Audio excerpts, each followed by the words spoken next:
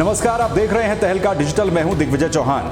UP के बलरामपुर में धर्मांतरण और राष्ट्र विरोधी गतिविधियों के मास्टरमाइंड जमालुद्दीन उर्फ छंगुर की मधुपुर स्थित आलीशान कोठी पर मंगलवार को बुलडोजर गरज गया। सुबह 10:30 बजे प्रशासनिक टीम ने इसे गिराने की कार्रवाई शुरू की। इससे पहले सुबह 9 बजे भारी संख्या में पुलिस बल और प्रशासनिक अधिकारी छंगुर के आवास पर पहुंचे। प्रक्रिया पूरी करने के बाद करीब 10 बजे 2 बुलडोजर बुलाए गए, लेकिन मकान का गेट नहीं खुला। पुलिस ने गेट काटने के लिए गैस कटर मंगाया। इसके बाद गेट का लॉक काटकर टीम और बुलडोजर घर के अंदर पहुंचे। घर में रह रहे लोगों को बाहर निकाले जाने के निर्देश भी दिए गए। सीओ उत्तरौला राघवेंद्र सिंह ने घर का निरीक्षण किया। बाईं तरफ से निर्माण ढहाने की कार्रवाई शुरू की गई। गेट के दाएं तरफ बने 2 मंजिला इमारत में कुछ लोग रह रहे थे, उन्हें घर से बाहर निकलने को कहा गया। उत्तर प्रदेश में छंगुर बाबा हाल ही में सुर्खियों में आए हैं। उनकी कहानी किसी पारंपरिक लोक कथा या फिर किसी संत की नहीं है, बल्कि ये एक ऐसे व्यक्ति की कहानी है जिस पर धर्मांतरण और अवैध गतिविधियों में शामिल होने के गंभीर आरोप लगे हैं। छंगुर बाबा कौन है वो जानते हैं। छंगुर बाबा का असली नाम जमालुद्दीन है, जो कि उत्तर प्रदेश के बलरामपुर जिले के रेहरा माफी गांव का रहने वाला है।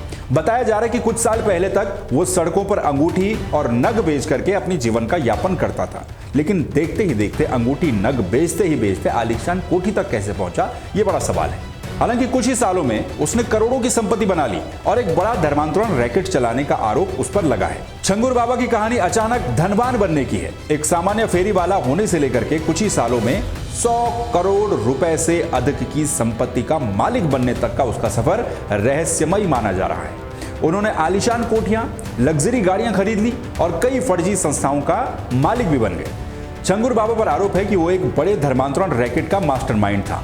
उत्तर प्रदेश ATS की जांच में सामने आया है कि वो हिंदू लड़कियों को धर्मांतरण के लिए निशाना बनाता था। यह आरोप है कि वो लड़कियों का ब्रेन वॉश करता था, उन्हें कलमा पढ़ाता था और साम दाम दंड भेद का उपयोग करके उनका धर्म परिवर्तन करता था।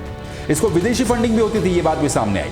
जांच में यह भी खुलासा हुआ है कि इस रैकेट को इस्लामिक मुल्कों से करोड़ों रुपए की विदेशी फंडिंग मिलती थी। बताया जाता है कि छंगुर बाबा ने अलग अलग लोगों और संस्थाओं के नाम पर 40 से अधिक बैंक खाते खोले हुए थे, जिनमें रकम जमा की जाती थी। लव जिहाद और धोखाधड़ी, उस पर लव जिहाद, बेरोजगारी का फायदा उठाने, नौकरी और विदेश भेजने का झांसा देकर लड़कियों को फंसाने का भी आरोप है। कुछ बयानों के अनुसार वो झाड़ फूक के नाम पर लड़कियों को फंसाता था और फिर मौलवियों से मिलकर उनका धर्म बदलवाता था। इन आरोपों के सामने आने के बाद छंगुर बाबा और उसके सहयोगियों की अवैध संपत्तियों पर बुलडोजर चला करके कार्रवाई भी की गई है। संक्षेप में अगर कहें तो छंगुर बाबा की कहानी उत्तर प्रदेश में एक ऐसे व्यक्ति के रूप में सामने आई है जिसने कथित तौर पर अवैध धर्मांतरण गतिविधियों और बड़े वित्तीय घोटालों के माध्यम से करोड़ों की संपत्ति बनाई।